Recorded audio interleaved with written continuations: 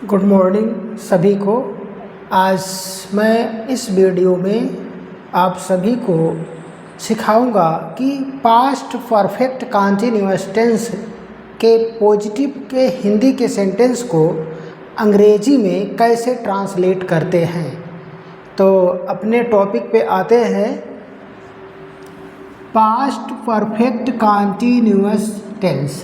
Past perfect continuous tense, ये इसका sentence आप लोगों को मैं सिखाऊंगा हिंदी से अंग्रेजी में कैसे अनुवाद करते हैं और इसे पहचानेंगे कैसे कि ये पास्ट परफेक्ट कंटीन्यूअस टेंस का सेंटेंस है। तो एक शॉर्टकट तरीका मैं अपनाया हूँ।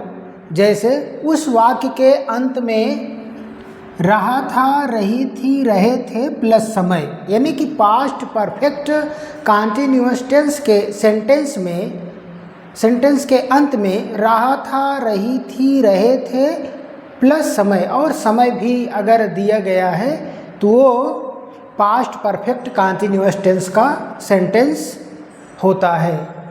तो एक और तरीके से इसे पहचाना जा सकता है कि पास्ट कंटीन्यूअस टेंस में एक निश्चित या अनिश्चित समय उसमें दिया रहता है, तब से काम चल रहा था। तो इसके सेंटेंस इस तरह है। पहला वाक्य है आपका, पहला वाक्य है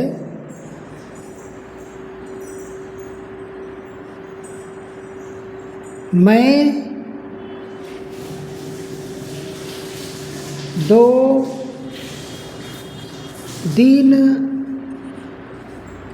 2 दिन से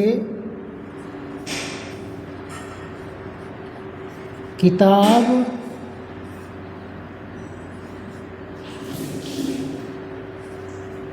पढ़ा रहा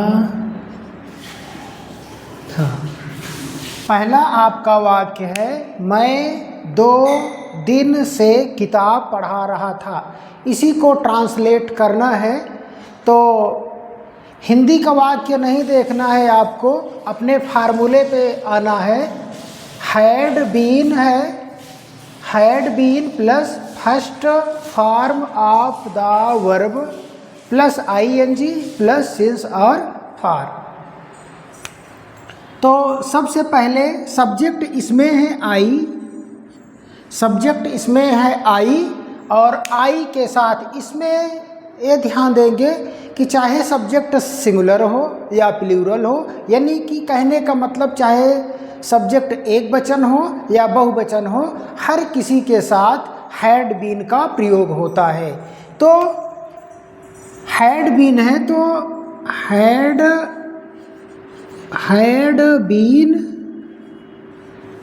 बीन अब लिखा गया है फार्मूले में first form of the verb, यानी कि इसमें क्रिया का पहला रूप प्रयोग होता है। तो इसमें क्रिया क्या है, ये पढ़ा रहा था यानी कि पढ़ाना। तो टू टीच मीन्स होता है पढ़ाना। यहाँ साइड में लिख देता हूँ to teach, to teach means होता है पढ़ाना। टू टीच मीन्स होता है पढ़ाना। First form teach, second form taught. Second और थर्ड एक ही होता है, तो थर्ड फॉर्म सेकेंड फॉर्म की आवश्यकता है नहीं। फिलहाल मैं फर्स्ट और सेकेंड फॉर्म लिख दिया हूँ। तो पहला फॉर्म है teach, I had been teach. अब इसमें फार्मूले में दिया गया है प्लस आईएनजी, तो इसमें आईएनजी लगा देते हैं। उसके बाद है प्लस सिंस और फॉर। तो इसमें अगले वीडियो में मैं आपको बताऊंगा, या मतलब वीडियो बनाऊंगा कि कहाँ सिंस का प्रयोग होता है, कहाँ फार का प्रयोग होता है। फिलहाल इतना समझ लीजिए कि ये जो समय है 2 दिन, ये अनिश्चित समय है, यहाँ फार का प्रयोग होगा। तो I had been teaching for teaching, इसके पहले एक ऑब्जेक्ट है किताब, ये किताब है, तो किताब को इंग्लिश में कहेंगे बुक। अब उसके बाद क्या है, 2 दिन है, तो 2 दिन से है, तो यहाँ फार का प्रयोग करेंगे, फार 2 डेज। ये आपका सेंटेंस कंप्लीट हो गया, यानी कि ट्रांसलेट कर दिया गया। I had been teaching book for 2 days. ये आपका पहला सेंटेंस कंप्लीट हो गया। और दूसरा सेंटेंस है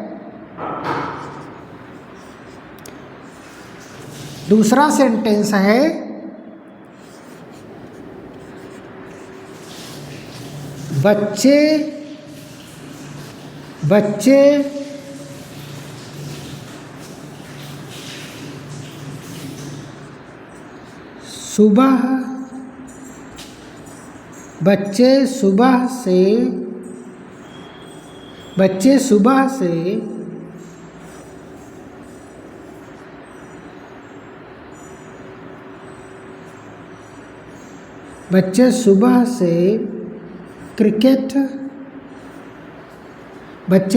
से क्रिकेट खेल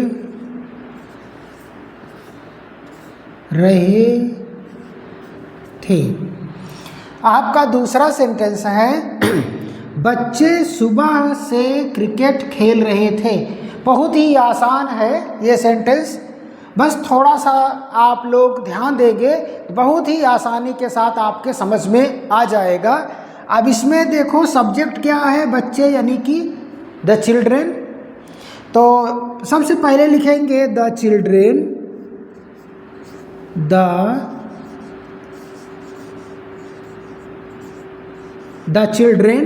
अब इसमें मैं बताया हूँ, चाहे सिंगुलर सब्जेक्ट हो या प्लूरल सब्जेक्ट हो, हर सब्जेक्ट के साथ हैड बीन का प्रयोग करते हैं।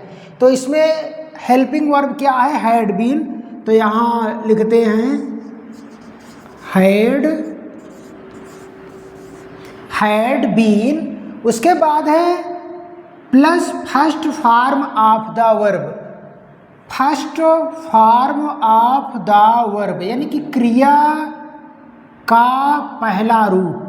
वर्ब मीन्स क्रिया, ऑफ मीन्स का, फर्स्ट मीन्स पहला, फॉर्म मीन्स रूप। तो क्रिया का पहला रूप, क्रिया के कितने रूप होते हैं मैं आपको बता दे रहा हूँ। क्रिया के टोटल 5 रूप होते हैं। फर्स्ट, सेकेंड, थर्ड तो होता ही है। जब मुख्य क्रिया में यस या ईएस जोड़ देते हैं तो एक फॉर्म वो होता है। अब जब क्रिया में आईएनजी लगा देते तो एक फॉर्म ये भी होता है। तो टोटल क्रिया के 5 रूप होते हैं। तो द चिल्ड्रेन हैड बीन, अब इसमें लिखा गया है first form of the verb, क्रिया का पहला रूप। तो इस वाक्य में क्रिया क्या है, मेन वर्ब क्या है, बच्चे सुबह से क्रिकेट खेल रहे थे। यानी कि इसमें खेलना मेन वर्ब है, मुख्य क्रिया क्या है, खेलना है। तो टू प्ले मीन्स होता है खेलना,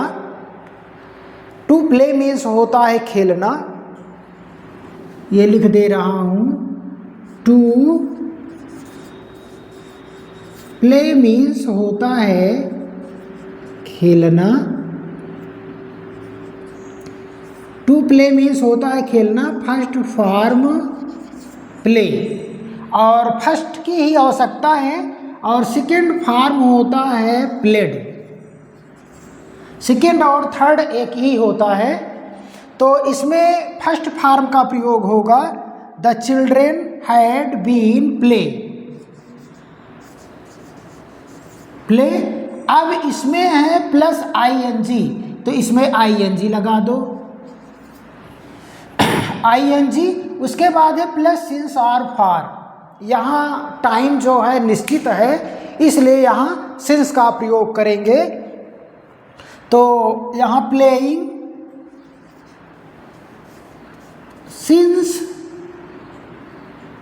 सिंस सुबह है तो मॉर्निंग, सिंस मॉर्निंग। ये आपका सेंटेंस कंप्लीट हो गया। सेंटेंस आपका बना the children had been playing. हाँ, ये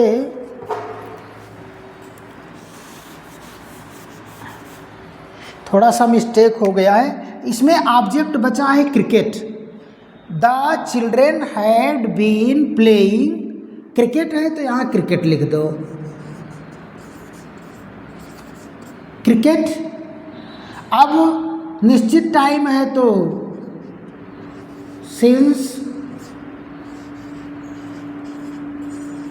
मॉर्निंग।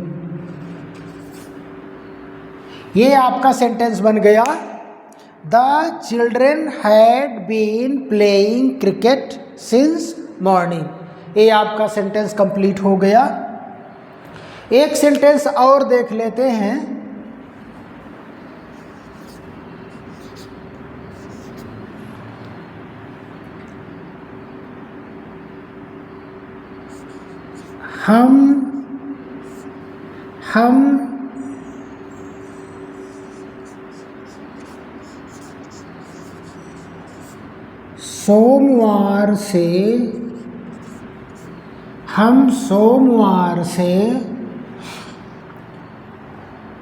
हम सोमवार से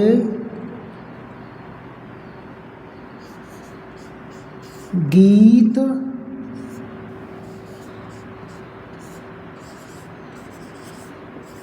गा रहे थे। ये तीसरा सेंटेंस आपका है, हम सोमवार से गीत गा रहे थे। इसमें टाइम क्या है, सोमवार है, ऑब्जेक्ट क्या है, गीत यानी कि सॉन्ग। तो अब हम की इंग्लिश लिखेंगे वी, हम की इंग्लिश वी। उसके बाद आप अपने फार्मूले पे आ जाइए, क्या है, हैड बीन लिखो,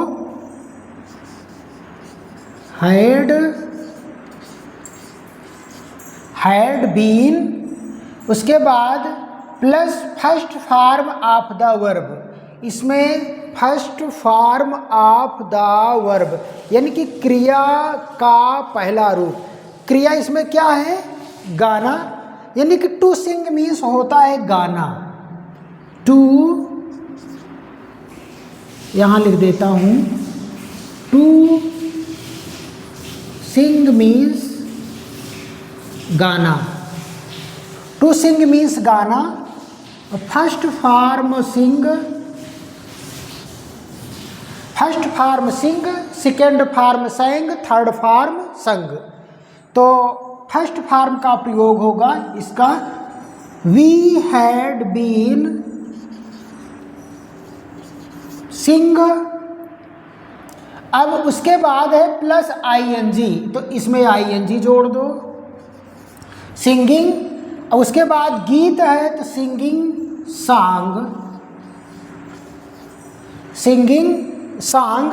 अब क्या है, से यानी सोमवार से है तो निश्चित टाइम है, तो यहाँ प्रयोग होगा सिंस। सोमवार है तो सिंस मंडे, सिंस मंडे। ये आपका सेंटेंस कंप्लीट हो गया। हम सोमवार से गीत गा रहे थे, we had been singing song since Monday. ये आपका ट्रांसलेट कंप्लीट हो गया। अगर इस वीडियो के माध्यम से इसमें कुछ भी अगर ना समझ में आया हो तो आप लोग कमेंट करिएगा। मैं अगले वीडियो में एक बार फिर से आप लोगों को बढ़िया तरीके से समझाएंगे। और यह वीडियो आपको अच्छा लगा हो तो हमारे इस वीडियो को लाइक कर दो, कमेंट कर दो और बेल आइकन के बटन को प्रेस कर दो, जिससे हमारा हर वीडियो का नोटिफिकेशन आप तक पहुंचता रहे। बहुत बहुत धन्यवाद।